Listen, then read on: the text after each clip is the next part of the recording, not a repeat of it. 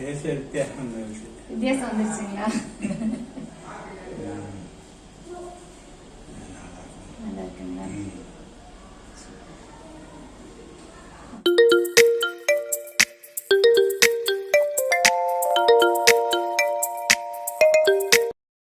Hello friends, I'm doctor Sandhya. பெஸ்ட்லேஸ் dental clinic and braces சென்டரில் பல் மருத்துவராக இருக்கேன். இன்றைக்கி நம்ம கூட செல்லையா இருக்காங்க. இவங்க வந்து பெரம்பலூர் மாவட்டம்லேருந்து வந்திருக்காங்க. சாருக்கு வந்து அளவுக்கு அதிகமாக அவங்களோட ஈறுகள் வந்து வீங்கி போயிருந்தது. அதனால் அவங்க பற்கள் எல்லாமே லூஸாக வந்து ஆடிட்டு இருந்தது. சில நேரங்களில் நமக்கு வந்து சுகர் இருக்குது, சர்க்கரை வியாதி இருக்குது அப்படின்னா கூட நமக்கு வந்து இந்த பல்ல வந்து பிரச்சனைகள் வரத்துக்கு வாய்ப்புகள் இருக்குது. சாருக்கு வந்து நம்ம ஃபுல்லாக எக்ஸ்ரே எடுத்து பார்த்துட்டு இம்ப்ளான்ட் சிகிச்சையை பற்றி சொல்லியிருந்தோம். சுகர் டெஸ்ட்டும் ஒன்று எடுக்க சொல்லியிருந்தோம். அவங்களுக்கு செக் பண்ணப்போ உங்களுக்கு சுகர் இருக்குது அப்படின்னு வந்து நமக்கு தெரிய வந்திருந்தது.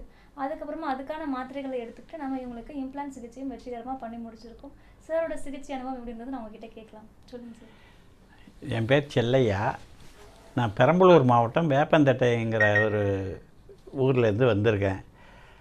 ஒரிஜினலாக எனக்கு ஒரு 30 வருஷமாக அந்த பல் ப்ராப்ளம் இருந்துகிட்டே இருந்தது. ஒரு பல் தான் ஃபஸ்ட்டு விழுந்தது. அதுக்காக இந்த செயின் அது அது அந்த லிங்க் பண்ணி கம்பியை அதை இன்னொரு பல்லில் லிங்க் பண்ணி அதில் போட போட என்ன ஆச்சுன்னா, இப்படியே போட போட ஒரு சைடில் இருக்கிற பல் எல்லாமே டேமேஜ் ஆகி ஒரு காலகட்டத்தில் கம்ப்ளீட்டாக பாட்டம் சைடு எல்லாமே டேமேஜ் ஆகிடுச்சு. அதுக்கப்புறம் அதில் இன்ஸ்பெக்ஷன் ஆகி மேல் சைடும் கம்ப்ளீட்டாக எல்லாம் ஒரு இதே ப்ராப்ளம் வந்து ஒரு கட்டத்தில் எல்லா பல்லுமே விழுந்துருச்சு. ஒரு 4-5 பல் மட்டும் இருந்தது, அதுவும் ரொம்ப டேமேஜாக இருந்தது. அப்போ வந்து இது மாதிரி ஒரு நாள் நான் யூடியூப்பில் இவங்களோட இதை ஒரு எதாச்சியாக நான் வந்து டெக்னிக்கல் இதை பார்த்துக்கிட்டு இருப்பேன். அந்த சமயத்தில் இந்த டென்டல் இது வந்தது. பேரை பார்த்தாலே பெஸ்ட்டு லேசருக்கு டென்டல் கிளினிக் வந்து அது எனக்கு ஒரு ஃபஸ்ட்டு இம்ப்ரெஷன், இந்த பெஸ்ட் இம்ப்ரெஷன் மாதிரி அது எனக்கு ஒரு இது தோணுச்சு. நான் நேராக அப்புறம் கொஞ்சம் பேர் கூட வேறு டென்டல் பக்கத்தில் இருக்கிறது எதை பார்த்துக்கலாமே அப்படின்னாங்க. ஆனால் எனக்கு இது என்னமோ இவங்க மேலே ஒரு அஃபெக்ஷன் வந்தது. அது மாதிரி இங்கே வந்த உடனே அவங்க ஃபஸ்ட்டு பிஹேவிங் பண்ணதே எனக்கு ரொம்ப பிடிச்சிருந்தது. அது ஒரு பேஷண்ட் மாதிரி இல்லாமல் ஃபேமிலியில் ஒருத்தவங்க இருக்கிற மாதிரியே நான் அதை என்கிட்ட மூவ் பண்ணாங்க. அதுக்கப்புறம் அவங்க அந்த எக்ஸ்ரே எடுத்து பார்க்கும்போது எனக்கு மேல் சைடு வந்து ரொம்ப டேமேஜ் ஆகிருந்தது. கீழ் சைடு ஒரு பல்லு கூட இல்லை. அப்போ அந்த இம்ப்ளான்ட் பண்ணிக்கலாம், அது உங்களுக்கு பெஸ்ட்டாக இருக்கும் அப்படின்னு அவங்க சொன்னாங்க. அதை நான் சரி கணக்கு பண்ணி நான் கூட ஃபஸ்ட்டு படித்து நினச்சேன், இதனால் நம்மளுக்கு பெரிய டிஸ்டர்பன்ஸ் ஆகிடுச்சு, அது இதை வலி இருக்கும், நம்மளுக்கு ரொம்ப டேமேஜ் ஆகிற மாதிரி இருக்கும், வலி எப்படி பொத்து இருக்குதுன்னு அப்படி பார்த்தா கடைசியில் பண்ணினதே எனக்கு தெரியல. அவங்க சார் பேர் என்னம்மா, டாக்டர் முருகவேலும், சந்தியா மேமு, பத்மா மேம், இவங்க இந்த டீமை அப்படியே அவர் எல்லாம் இம்ப்ளான்ட் பண்ணி அந்த பாட்டம் சைடு கம்ப்ளீட்டாக அது எனக்கு இப்போ வச்சுருக்கேங்க. இப்போ அது வந்து ஒரிஜினல் பல்லு கூட அப்படி இல்லை, அவ்வளோ பக்காவாக இருக்குதுங்க. ஃபுல்லாக இப்போ பாட்டம் கம்ப்ளீட்டாக பாட்டம் பண்ணி வச்சுருக்கேன். இப்போ என்ன தோணுதுன்னா, அதை மேலேயும் அப்படி பண்ணிக்கலாம். ஏன்னா அது கொஞ்சம் எனக்கு மேலே எலும்புலாம் கொஞ்சம் டேமேஜ் ஆகிடுது. இந்த எக்ஸ்ரேவில் பார்க்கும்போது டேமேஜ் ஆகிருக்கு. அதனால் மேல் பல்லும் பண்ணிக்கணுங்கிற அந்த ஒரு இன்ட்ரெஸ்ட் வந்துச்சு. ஏன்னா எந்த விதமான டிஸ்டர்பன்ஸும் இல்லை.